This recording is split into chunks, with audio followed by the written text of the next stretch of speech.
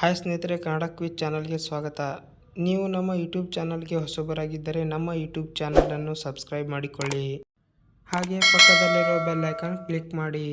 ನಾವು ಬಿಡುವ ಪ್ರತಿಯೊಂದು ವಿಡಿಯೋ ನಿಮಗೆ ನೋಟಿಫಿಕೇಶನ್ ಬರುತ್ತದೆ. ಹಾಗಾದರೆ ಇವತ್ತಿನ ಮೊದಲನೆಯ ಪ್ರಶ್ನೆ, ವಿದ್ಯುತ್ ಪ್ರವಾಹದ SI ಘಟಕವು A joule, B volt, C watt, D ampere.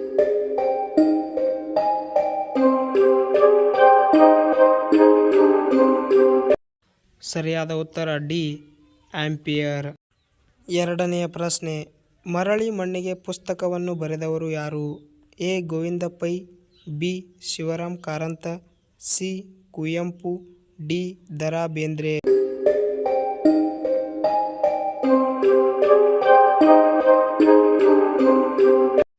B Shivaram Karanth. Marali Mannige ಪುಸ್ತಕವನ್ನು ಬರೆದವರು ಕೋಟಾ ಶಿವರಾಮ್ ಕಾರಂತವರು. ಮೂರನೆಯ ಪ್ರಶ್ನೆ, ಕೊಂಕಣ ರೈಲ್ವೆ ನೆಟ್ವರ್ಕ್ ಜಾಲವು ಯಾವುದರ ಮೂಲಕ ಹಾದು ಹೋಗುತ್ತದೆ? A Belur, B Hosapete, C Karwar, D Hubballi.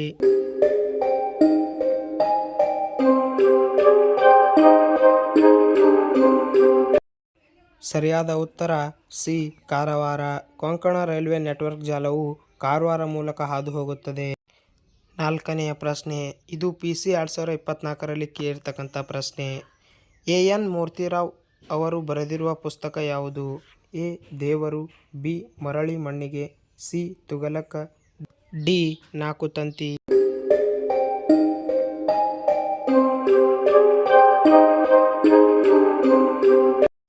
ಸರಿಯಾದ ಉತ್ತರ ಎ ದೇವರು.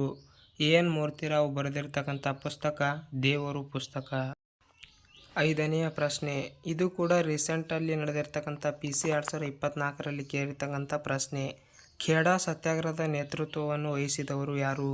A Jawaharlal Nehru, B Mahatma Gandhi, C any Besant, D BR Ambedkar.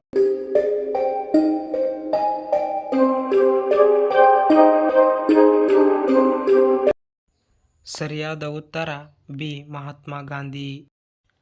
ಆರನೆಯ ಪ್ರಶ್ನೆ, ಅಂತಾರಾಷ್ಟ್ರೀಯ ಹುಲಿ ದಿವಸವನ್ನು ಡ್ಯಾಶ್ ರಂದು ಆಚರಿಸಲಾಗುತ್ತದೆ? ಈ ಪ್ರಶ್ನೆ ನೋಡಿ ಸ್ನೇಹಿತರೆ, 2024 PSI ಎಕ್ಸಾಮ್ನಲ್ಲಿ ಕೇಳಿರ್ತಕ್ಕಂಥ ಪ್ರಶ್ನೆ.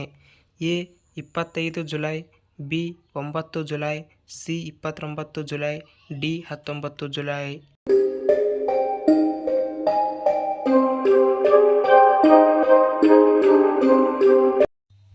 C July 29.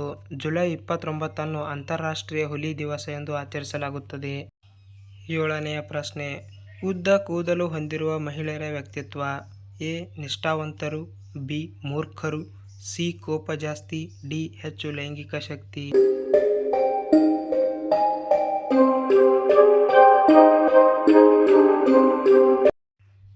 ಸರಿಯಾದ ಉತ್ತರ ಎ ನಿಷ್ಠಾವಂತರು. ಉದ್ದ ಕೂದಲು ಹೊಂದಿರುವ ಮಹಿಳೆಯರ ವ್ಯಕ್ತಿತ್ವವನ್ನು ನಿಷ್ಠಾವಂತರು ಎಂದು ಗುರುತಿಸಲಾಗುತ್ತದೆ. ಇಲ್ಲಿವರೆಗೂ ಈ ವಿಡಿಯೋ ನೋಡಿದ್ದಕ್ಕಾಗಿ ಧನ್ಯವಾದಗಳು. ಈ ವಿಡಿಯೋ ನಿಮಗೆ ಇಷ್ಟವಾದರೆ ಲೈಕ್ ಮಾಡಿ.